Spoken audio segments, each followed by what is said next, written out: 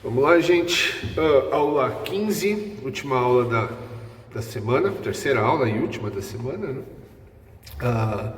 Então vamos lá. É uma aula simples, estou colocando os textos aqui com muito mais detalhes, mais explicações aí para vocês, tá certo? O que a gente vai falar hoje? Nas aulas anteriores a gente falou sobre o processo de independência na América Latina. Aí, em vários momentos eu deixei claro para vocês que o Brasil não participa desse processo, tá? Não efetivamente, tá? Óbvio que os ideais iluministas vão se espalhar aqui também por uma burguesia, pelo povo, mas não há uma ação efetiva, não há nenhuma ligação entre os processos e guerras da América Latina com o Brasil, tá? O Brasil fica alheio, ele foge dessa participação, tá certo? Depois a gente entra em mais detalhes sobre isso. Mas o que eu quero falar hoje é sobre revoltas populares, tá? Como eu coloquei para vocês lá, a exploração, a maneira como a metrópole se portava com a colônia geraria dentro de si mesmo os elementos para se revoltar, tá? Então, quanto mais você explora, quanto mais os impostos são altos, quanto mais você sufoca os colonos da América, maior a chance deles se revoltarem. A gente viu isso nos Estados Unidos, na Haiti e na América Latina em geral. No Brasil isso acontecia, tá? O fato do Brasil não participar desses processos de guerra não quer dizer que o povo brasileiro aceitou os desmandos da colônia de uma maneira passiva. É muito comum as pessoas falarem isso, que no Brasil nunca se luta por nada, nunca se lutou por nada, que as pessoas aceitam tudo passivamente. Isso não é verdade, tá? Também concordo que o povo brasileiro, na história e principalmente atualmente, podia ser mais ativo na participação política, na participação social, mas não podemos dizer que nunca houve, que a população brasileira é passiva, que o brasileiro sempre aceitou tudo calado. Isso não é verdade, tá certo? E aí você tem diversos insurreições, guerras, revoltas, levantes que aconteceram no Brasil, tanto contra a colônia quanto contra o império, tá? A gente pode levar aí semanas falando só sobre esses levantes. Talvez não seja produtivo pelo pouco tempo que a gente tem, a situação toda que a gente está vivendo. Mas é importante, você vai ouvir na sua vida sobre farroupilhas, você vai ouvir falar na sua vida sobre insurreição mineira, você já ouviu e vai continuar ouvindo, e de diversas outras, balaiada, diversas outras tentativas de luta, de revolução da população brasileira, tanto da população do povão mesmo, quanto também com alguma participação das elites brancas, da burguesia, tá? Tanto colonial quanto imperial, tá certo? Eu escolhi três, nenhuma timidez de dizer que eu escolhi propositalmente três, escolhi as três que eu queria, dentre todas que a gente podia falar aqui, porque elas vão ilustrar três linhas diferentes, tá? De movimento social, dessas revoltas sociais que aconteceram no Brasil. A primeira delas que eu vou falar, talvez a mais famosa de todas, que é a Inconfidência Mineira, ou Levante Mineiro, ou Conjuração Mineira, você tem diversos nomes dados ao mesmo movimento, tá? Ou vocês já ouviram falar deles, com certeza, é a história de Tiradentes. Mas vamos falar de história, não de conto de fato, vamos falar de história. O que é Inconfidência Mineira? O que é essa Conjuração Mineira? Tá? Você vai ter, no século XVIII inteiro, Portugal fazendo a mesma coisa que a Espanha fazia, que a Inglaterra fez, que é abusar cada vez mais das colônias, tanto na questão de trabalho, de produção, quanto principalmente na questão dos impostos. Tá? Então, um pequeno empobrecimento dos países europeus, eles vão, a qualquer sinal desse empobrecimento, eles vão querer repor as perdas, como aumentando os impostos na colônia. E aí, como na Espanha, aqui no Brasil também não é diferente, a população rapidamente vai ficar insatisfeita com essa situação, você vai ter reclamações, você vai ter complôs, e um deles é o de Minas Gerais. Então, no final do século XVIII, a partir do ano 1776 ali, você vai ter em Minas Gerais uma cobrança cada vez maior dos impostos sobre o ouro. Minas Gerais era a produtora de ouro, onde era feita a extração de metais preciosos, por isso Minas Gerais, de minas de ouro, prata e pedras preciosas. E o governo português ele vai trocar o governador de Minas e vai instituir uma lei que se chama Lei da Derrama. Tá? Não vou ficar entrando em detalhes bobos com vocês, mas Minas Gerais ela tinha uma cota de imposto sobre o ouro para pagar por ano. Se a quantidade de ouro fosse inferior ou superior, não importa, ele tinha aquela quantidade de imposto para pagar. Se o ouro extraído não fosse suficiente para pagar, se eles tivessem extraído menos ouro do que a meta, né, do imposto, os mineiros tinham que bancar a diferença do bolso. Por isso que derrama, as pessoas derramavam o ouro para pagar o imposto, era um ouro perdido, tá? Então o meu ouro, faltou ouro para pagar o rei, eu tenho que dar da minha casa, tenho que dar do meu ouro para cobrir a diferença. Obviamente que isso causou uma insatisfação, principalmente em quem? Em quem tinha ouro. E aí é uma linha dessa questão, dessa insurreição mineira. É um movimento popular, mas pendente para a burguesia.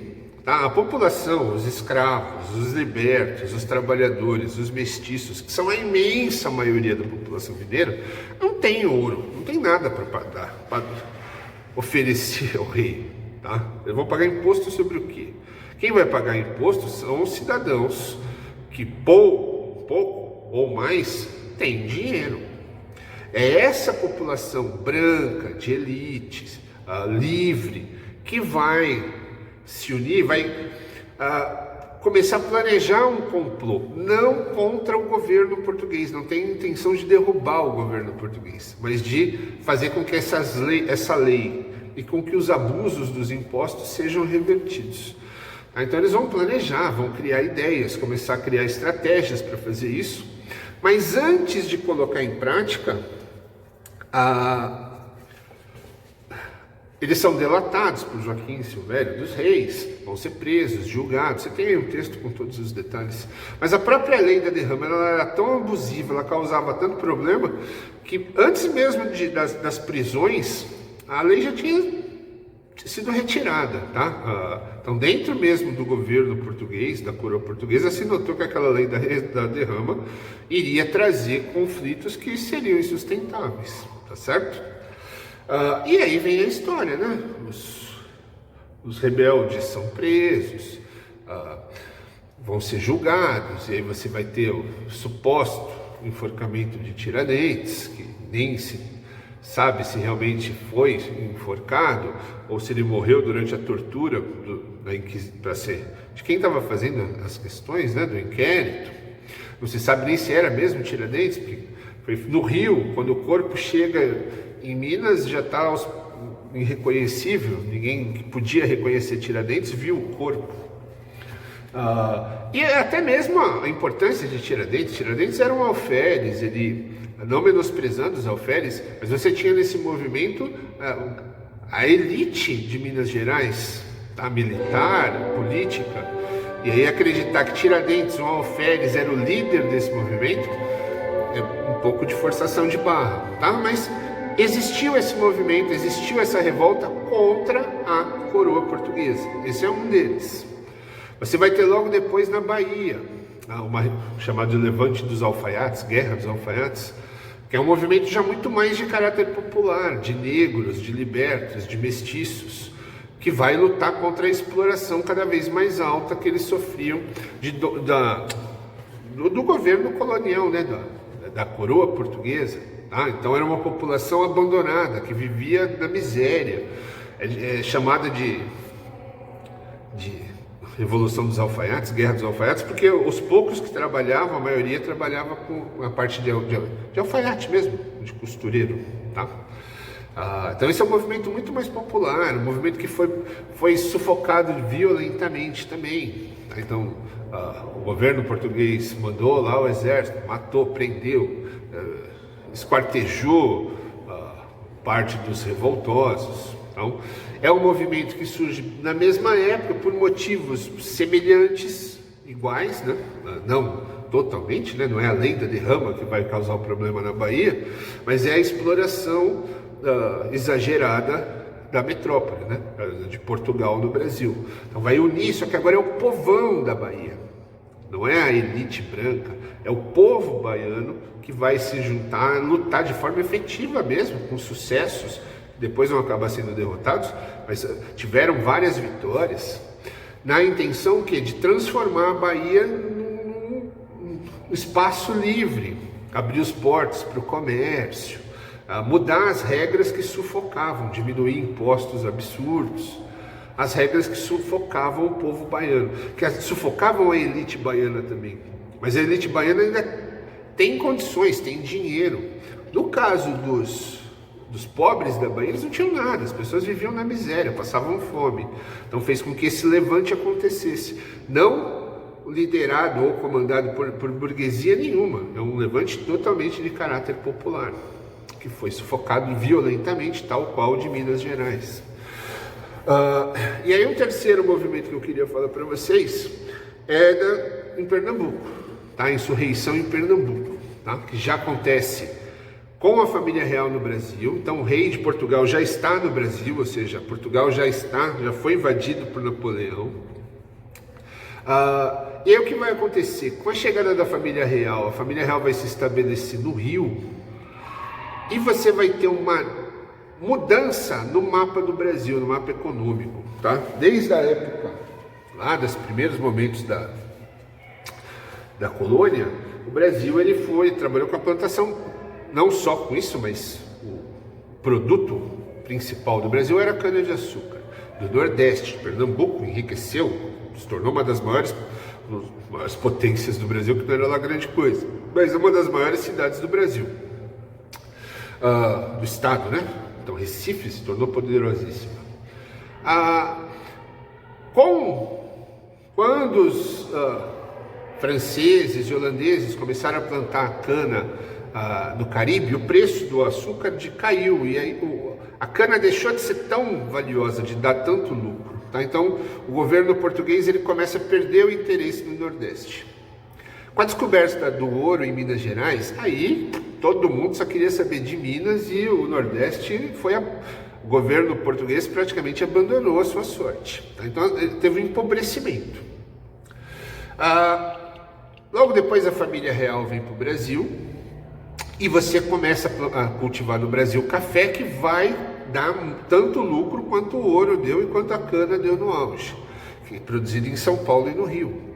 Então o foco do governo português ele vai mudar sempre. Ele começa no Nordeste, vai para Minas Gerais, depois vai aqui para o Sudeste, principalmente Rio e São Paulo. E o Nordeste fica esquecido. Com a chegada da família real, eles vão para o Rio.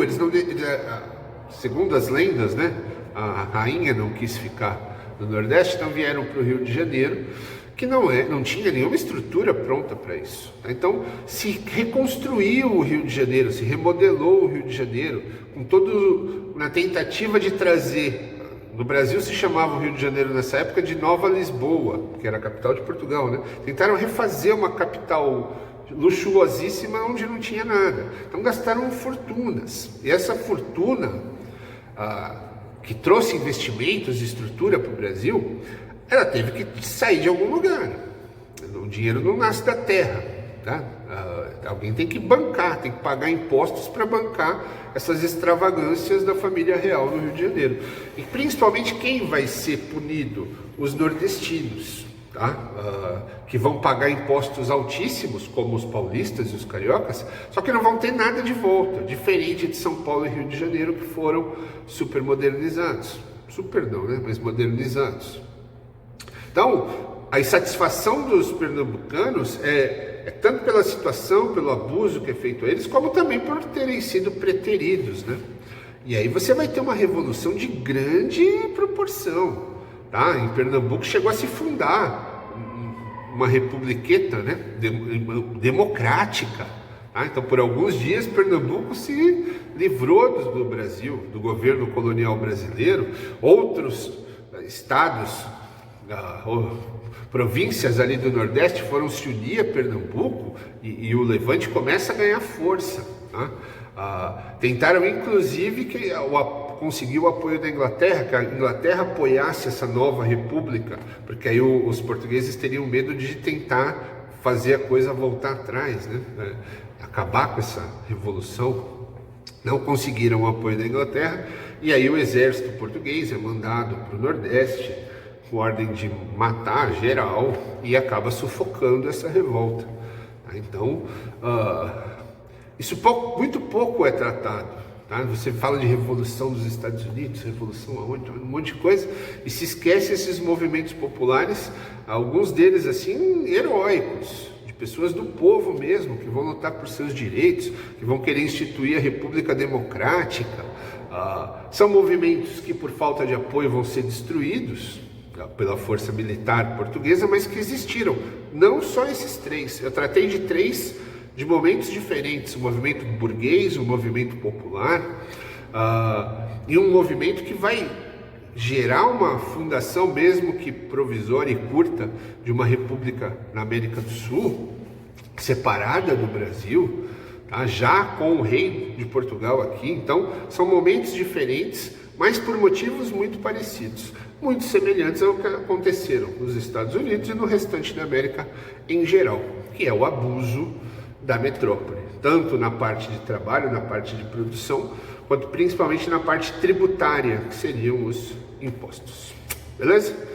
Na semana que vem falaremos de independência do Brasil, tá certo? Então, até semana que vem, gente. Está acabando o assunto de oitavo ano, tá? Em breve nós vamos pegar pesado aí os temas de nono ano. Na sexta eu vou postar aí uma aula extra, tá? Um assunto que não tem nada a ver com o que a gente está falando. Quem quiser, não vale presença, nota, nada disso, mas quem quiser assistir para ver se absorve alguma coisa legal aí, até para trocar informações, está convidado. Sexta-feira, aula extra. Fui!